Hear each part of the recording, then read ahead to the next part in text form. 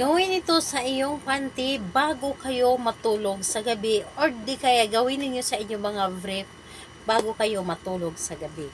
Hello mga guys, kumusta kayo? Panibagong araw, panibagong video na naman tayo. And sa araw na ito ay isa na namang video ang aking tuturo sa inyo na simpleng gabay o simpleng pamamaraan na makakatulong sa atin. At bago ang lahat, gusto ko lang mag-disclaimer sa mga taong hindi naniniwala at hindi gusto ang mga kagaya nitong video. Please skip this video and maghanap kayo ng videos na gustong gusto nyo dahil ang video na ito ay para lamang ito sa mga taong naniniwala and gusto mag-try. Sa lahat po ng mga nagko-comment at may nagre-reply po sa inyo na dinadala kayo sa kanilang WhatsApp in Imo, mag-ingat po ang lahat dahil sila po ay mga nanggagamit lamang at ginagamit po aking pangalan at ang aking mga larawan para makakuha po ng mga pera po sa inyo. Kaya mag-ingat po ang lahat. Ngayon po, ito ay gagawin ninyo sa pagkatulog or bago kayo matulog sa gabi sa inyong brief or sa inyong panty.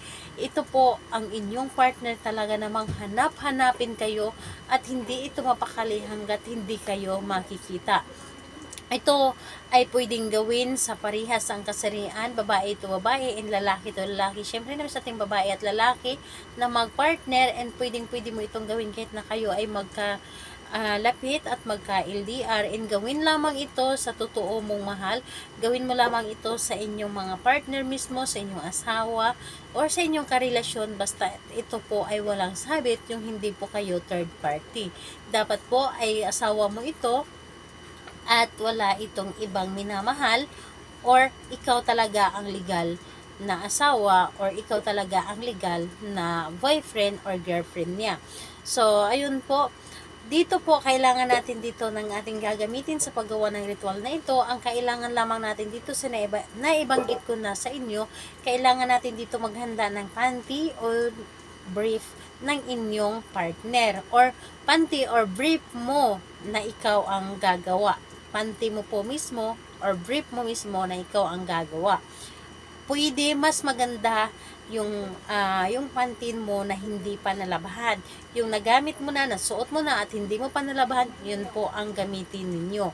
Yun po, and kailangan din natin dito ng isang dahon ng laurel and panulat. Yun po ang ating gamitin.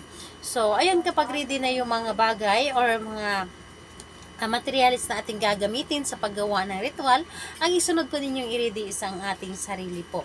Kailangan na alam po natin sa ating sarili na gustong gusto natin itong gawin at alam po natin sa ating sarili na ito ay makakatulong sa atin at buo po ang ating loob sa paggawa at paniniwala po mismo.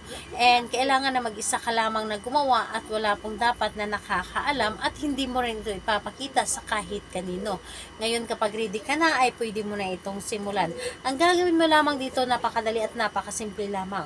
Sa dahon ng laurel, isulat mo dito sa dahon ng laurel ang pangalan at apelyido ng inyong target at ilagay sa baba ang hanap-hanapin mo ako lagi. So pangalan niya, apelyido, at sa baba hanap-hanapin mo ako lagi.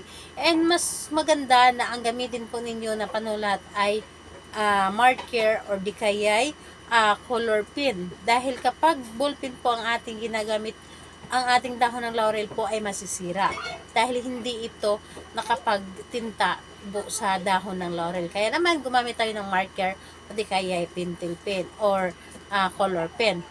Ngayon, again po, pangalan at apelyido dito sa itaas ni target at hanap-hanapin mo ako. Ngayon po, hawakan nyo lamang ang dahon ng laurel at humiling kayo. Humiling kayo na nagmula sa inyong puso taimtim, sabihin po ninyo dito na sa pamamagitan mo ako ay yung tutulungan na ang taong aking minamahal, ang aking asawa or di kaya ang aking boyfriend, girlfriend, siya po ay sobrang maghahanap sa akin. Siya po ay sobrang mababaliw sa pagmamahal sa akin. Wala siyang ibang mamahalin kundi ako lamang. Wala siyang ibang titingnan kundi ako lamang. Wala siyang ibang gustong makasama kundi ako lamang. At mamahalin niya ako higit pa sa kanyang sarili. Lahat po ng gusto ninyo sabihin, basta't ito po ay positive lamang, basta ito po ay para lamang sa inyong relasyon, sabihin mo dito, hilingin mo dito lahat-lahat ng gusto mo. So, ayun po, pagkatapos mong humiling dito, kunin mo ay inyong panty at ilagay ito sa gitna ng inyong panty, ang dahon ng laurel, ibalot at ilagay po sa inyong tabi sa higaan o sa inyong unan o di kaya sa ilalim mismo ng inyong unan. Pili lamang kayo sa higaan or sa ilalim ng unan o di kaya sa tabi ng inyong unan.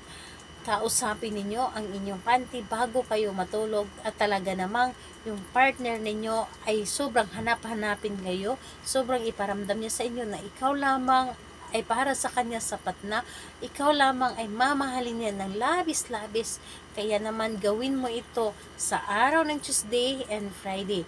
Pwede rin naman sa ibang araw kung malakas talaga ang inyong energy sa paggawa na para bang hinihila kayo na gawin ninyo ang isang ritual. So, ayun po, kailan ito pwedeng kunin mo lamang ito kapag naramdaman mo na gumana na ang inyong ginawa at ayun po, saka mo na lamang labhan ang inyong panty kapag naramdaman nyo na gumana na ito.